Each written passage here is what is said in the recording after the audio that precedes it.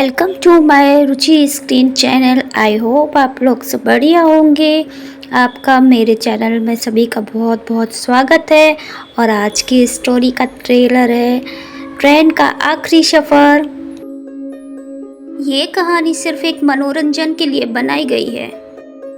गांव के लोग कहते हैं कि आधी रात को 12:30 बजे एक काली ट्रेन गुजरती है। उसमें जो भी सफ़र करता है वो कभी लौटकर नहीं आता है। क्या सच में ये एक ट्रेन है जो आत्मा का जिसमें वास है? इसमें कुछ दोस्त सफ़र कर रहे होते हैं, विक्रम, रीना, सौरभ और कविता। शहर से गांव की ओर जा रहे होते हैं। स्टेशन पर देर हो जाती है और अचानक उन्हें वही काली ट्रेन दिखाई देती है। लोग उन्हें रोकते हैं पर वे मजाक समझकर उस ट्रेन में चढ़ जाते हैं। वो लोग सोचते हैं कि लोग मजाक कर रहे हैं कि ये एक भूतिया ट्रेन है। अब वो ट्रेन में तो बैठ चुके हैं। अब आगे देखिए सफ़र में क्या क्या होता है।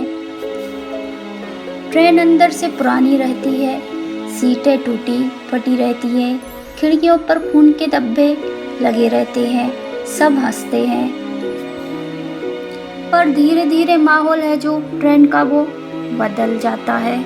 जैसे ही खिड़कियों का माहौल बदलता है, ट्रेन का माहौल बदलता है, डर उनके चेहरे पर साफ नजर आने लगता है। और जो आदमी खिड़कियों से बाहर झांकते हैं उन्हें सिवाय एक कब्रिस्तान के और कुछ नहीं दिखता है। कब्रिस्तान के पास बहुत ज़्यादा धुआं रहता है जिस वजह से सभी और ज़्यादा डर जाते हैं। सब बुरी तरह डरे हुए रहते हैं लेकिन एक दूसरे को सब सहारा देते हैं कि हम सुरक्षित घर पहुंच जाएंगे। क्या वो लोग सच में सुरक्षित घर पहुंच पाएंगे? रीना अचानक देखती है कि उसके बगल पर एक इंसान बैठा हुआ था जो धीरे धीरे हड्डियों का ढांचा बनता जा रहा था। रीना बहुत ज़्यादा डर जाती है। सौरभ अपना मोबाइल चलाता है और उसके मोबाइल की जो स्क्रीन रहती है वो अपने आप ऑन ऑफ होती है। रीना बहुत ज़्यादा डरी हुई रहती है और उस आदमी की तरफ देखती है। डर उसकी आंखों में साफ नजर आता है। रीना सौरभ से बोलती है लेकिन सौरभ का ध्यान मोबाइल में रहता है। सौरभ को अचानक से मोबाइल में एक न्यूज मिलती है जिसमें लिखा होता है कि ये ट्रेन सालों पुरानी जल चुकी थी जिसमें 50,000 यात्रियों की मौत हो चुकी थी। सौरभ बहुत बुरी तरह से डर जाता है। कंडक्टर रीना का हाथ पकड़ती है और उसे बिठा देती है और फिर वो कहीं धुएं में गायब हो जाती है।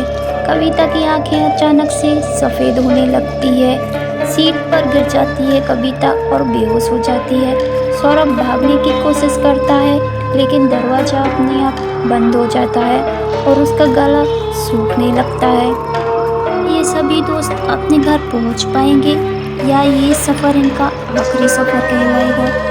इस कहानी में आपको जानने के लिए मिलेगा कि ये अपने घर पहुंच पाते हैं या नहीं पहुंच पाते हैं। तो कहानी में बने रहने के लिए आपको कहानी पूरी देखनी पड़ेगी। सौरभ रीना को ये बात बताता है कि ये एक सच में भूतिया ट्रेन है जो सालों पुराने, इसमें 50,000 यात्री मर चुके थे। और अब रीना भी डरने लगती है कि हम अपने घर पहुंच पाएंगे या नहीं पहुंच पाएंगे। सभी यात्री बहुत ज़्यादा डरे हुए होते हैं और सब एक दूसरे को सहारा देते हैं कि हम बस घर पहुंच जाए कि लेकिन तभी उनको धुएं में वो ट्रेन दिखाई देती है। अचानक से वही ट्रेन जलती हुई आत्मा की आती है। उस ट्रेन में मरी हुई आत्माएं थी और वो कह रही थी कि यह सफ़र हमेशा अधूरा रहेगा। तुम भी अब हमारे साथ इस ट्रेन में सफ़र करने के लिए तैयार हो जाओ और यहीं रहने के लिए तैयार हो जाओ। कि सौरभ बहुत बुरी तरह से डर जाता है और वो आत्माएं सौरभ को मार डालती हैं और वो ट्रेन धीरे धीरे चलती हुई कहीं भी धुएं में गायब हो जाती है और उसके बाद किसी को कभी भी वो नज़र नहीं आती है। वो चारों दोस्त जो ट्रेन में सफ़र कर रहे होते हैं उनका भी कुछ अता पता नहीं रहता है। गांव के लोग उनको ढूंढने की कोशिश करते हैं लेकिन वो कहीं भी दिखाई नहीं देते हैं। अब वो उस ट्रेन में एक आत्मा बन चुके थे जो उन्हीं आत्माओं के साथ अब सफ़र करते थे और जो भी उस ट्रेन में जाता था वो कभी वापस नहीं आता था। अगली सुबह स्टेशन पर सिर्फ लोगों को एक जला हुआ मोबाइल मिलता है जो सौरभ का रहता है, और सौरभ मारा जा चुका था। सौरभ का मोबाइल सिर्फ स्टेशन पर पड़ा रहता है और उसके कुछ कागजात भी स्टेशन पर पड़े रहते हैं। कहते हैं ये ट्रेन सिर्फ साल में एक बार दिखती है। जब भी अमावस्या की रात होती है ये ट्रेन रेलवे ट्रैक पर ज़रूर आती है, और जो भी उसमें सफ़र करता है वो हमेशा के लिए उसमें आत्मा बनकर कैद हो जाता है और वो लौटकर कभी अपने घर नहीं पहुंच पाता है।